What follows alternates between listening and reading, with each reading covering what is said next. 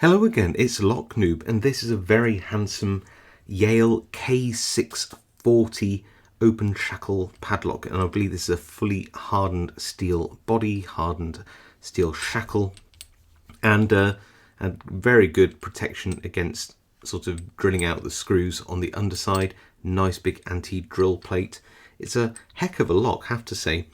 Unfortunately, to gut this, you do have to remove a roll pin, which means you've got to punch out from one side. That's a bit of a drag, but yeah, it's a beautiful thing, double ball bearing locking mechanism. But it does have a couple of secrets. The first thing is it does have some passive key control. You see some indents there for some little ball bearings on the inside. But under my thumb, look at this, a little button. There you go, an active element which pushes down on a secret check pin. And I fell into its trap. I started picking this, not even looking at the key really, and I couldn't get anywhere with it, could not figure out why. I just had no idea what was going on with this at all. So it really took me some time to figure it out. I looked at the key and I felt like such an idiot. But to be honest with you, I've never seen a Yale lock with a sort of an active element in the key quite like this before, and I still don't know anything about this. So yeah, that's interesting in of itself, and it's a surprisingly hard pick. Genuinely, I don't know why. This takes ages to pick, and I've got a few theories, but none of them are very satisfactory. So let's partially disassemble this, stick it in a vise, and we'll try and pick and gut it. But you might be in for a longer video than normal. All right, let's go. So here we are in the vise. We have that wonderful key with its little secret button.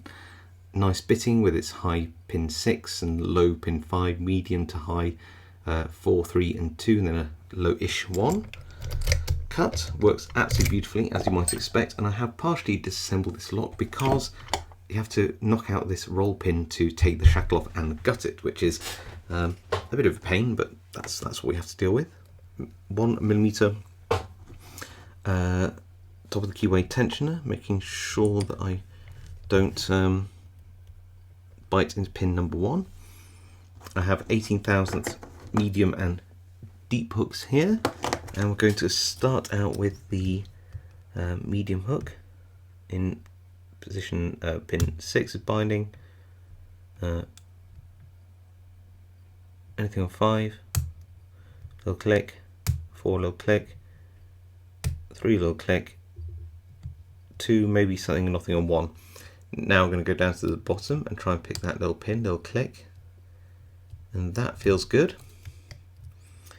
So 6, 5, 4, 3's binding, click, nothing on 2, maybe something on 1, if it'll let me pick it. A little click there, okay, good. So back to the back. 6 feels fine. 5, little click maybe, come on, it's binding I think. 5, yeah. 4, nothing. 3, little click. 2, and 1, a tiny click. Okay, so back to 6. Nothing on 5.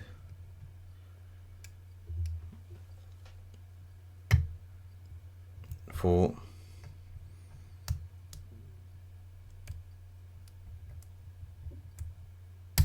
3, good. 2, anything on 1? No, nothing yet. So let's go back to that 4, 4,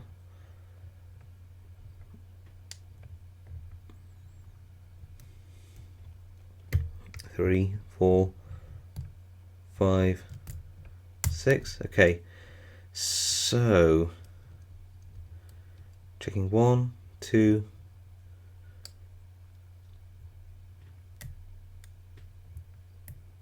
3, little click, 4 little click, 5 and 6. Back to 1's fine, 2's nothing, 3's nothing, 4, 5, nothing, and 6 nothing. Okay, so let's check that bottom pin again. Don't want it to be holding us back. I'm going to go with a slightly deep hook to check out the pin at the front. Little click there, good. 2, 3, 4, 5, and 6. Make sure I don't overset 6, but making sure it's set. 5, 4, click, 3, 2, and 1. Okay, good. 2 little click, 3, 4, 5. I'm just checking 6 again. So, I feel ever so close to getting this open, but not quite there yet. Let's go in again. 6, 5 little click, 4, 3, 2,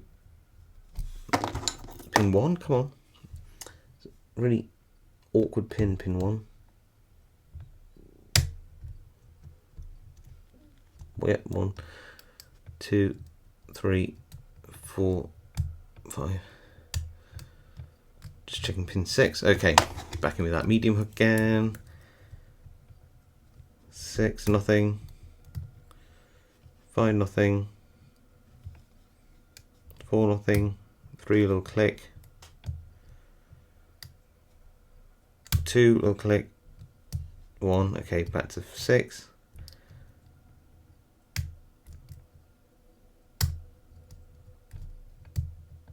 5, 4, 3, 2, 1. 6, nothing. 5, nothing. 4's binding, I think. 4, yeah. 3, nothing. 2, nothing. And 1 again. And just keep going through each pin in turn. 3, 2, and 1. Going with that deeper hook again. I'm just going to make sure that pin at the bottom is fully picked. Okay, good. 1, 2, 3, 4, 5, 6.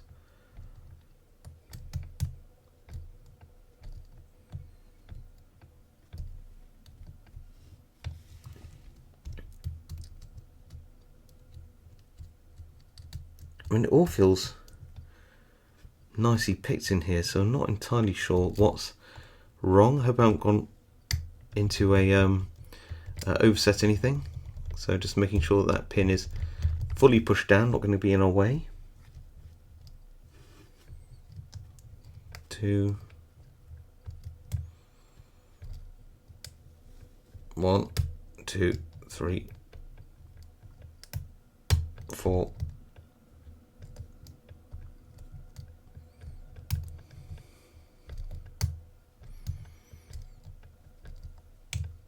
That's 2 again. I wonder if it's something just isn't quite set. We need to encourage it to set.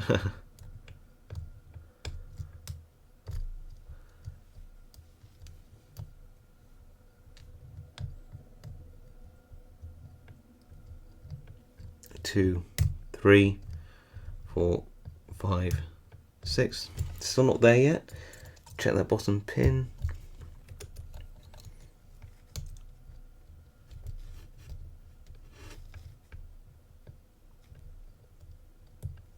One, 2, 3, 4, 5, and 6.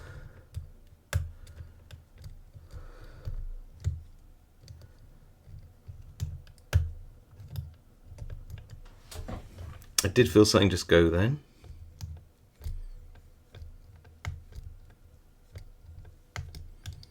Oh, and again. So something was something moved. Oh, and we got it. Finally. Whew, that was a particularly long pick, I'm not going to lie. That was surprisingly long. Not an easy lock to pick. I honestly do not know why. But there we are. That was a long pick, but we are fully open. Just needs that time to go through each pin in turn. Let's have a look and see why it causes so many problems by gutting this. Now, what I will do is I will take my key, pop that in. I'll have to turn this back around, I think, if I can. Like that, and lock it back up. Take the key and see whether I can use this to pull out the full front, like that.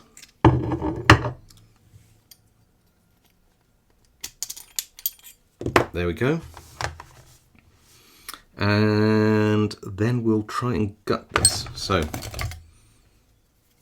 get my gut wrench, force off that clip, get my follower and the key, pop that in, make sure that we're going to be just fine like that, slide that through. We've got the bottom section there which has a little hole in, and that's where's the key? Where's the other key? Where's the other key? This will slide down this bottom section. Oh, there's a wafer there. I'll get that, and that goes down here and through that little hole, which is kind of cool. So that's the bottom of the keyway. Okay. So tweezers, pins. So that wafer was off 5. So I'll put 1, 2, 3, 4, 5. That's a wafer there. I'll just move these out. Okay, so this is 1. There might be wafers in all of these, which might make them, might be the reason why the feedback on this is a little bit confusing.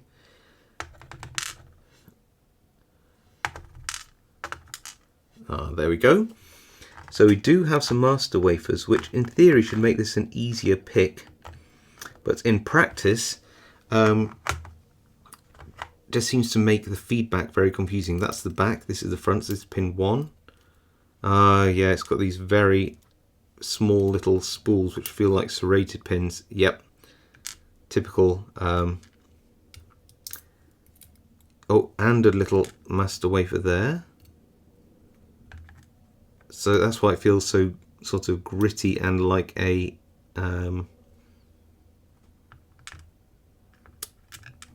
yeah, serrated pins, which is what we have really. These very tight spools that act like serrated pins. Yep, there's another one. And let's see, I don't think this will come out, but you'll be able to see, let's dump all those springs. Very short springs. Yep, here we go. Get those out. You can see that little check pin there. Very cool. Never seen that on a Yale before, just never have. So what happens is you've got this key, you've got some key control ball bearings there, which you'll see well, if they're not in the right position, like that, they will raise up out of the lock, and as the key goes in properly, they'll flatten back down again. So they're passive, but they're there. You'll see that this is the part of the lock where you have that. Let's get this out. There we go. That's that weird little piece that goes on the bottom, and you see that that allows the little button on the key to pass through that hole and push down that little check pin to allow the core to turn a bit more. And yeah, and then these are, anything else in the core?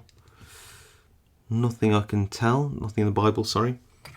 Let's look at these pins then. So there are some master wafers, but weirdly in this lock I think they make it a little weirder to pick, because it just feels like more serrations in these already serrated pins, and all of the key pins have little serrations in as well, so they're like an overset trap. Yeah, I found this lock to be surprisingly tough considering what it is, but yeah, it's still a really fun little thing and a very, very interesting lock in my opinion. Well, I hope you enjoyed this video. If you did, leave a like. If you have any comments, then leave them below. If you've ever seen anything like this lock, do let me know. I do read all the comments, reply to as many as I can. If you haven't subscribed, want to see more content like this, please subscribe. And yeah, I'll see you all next time.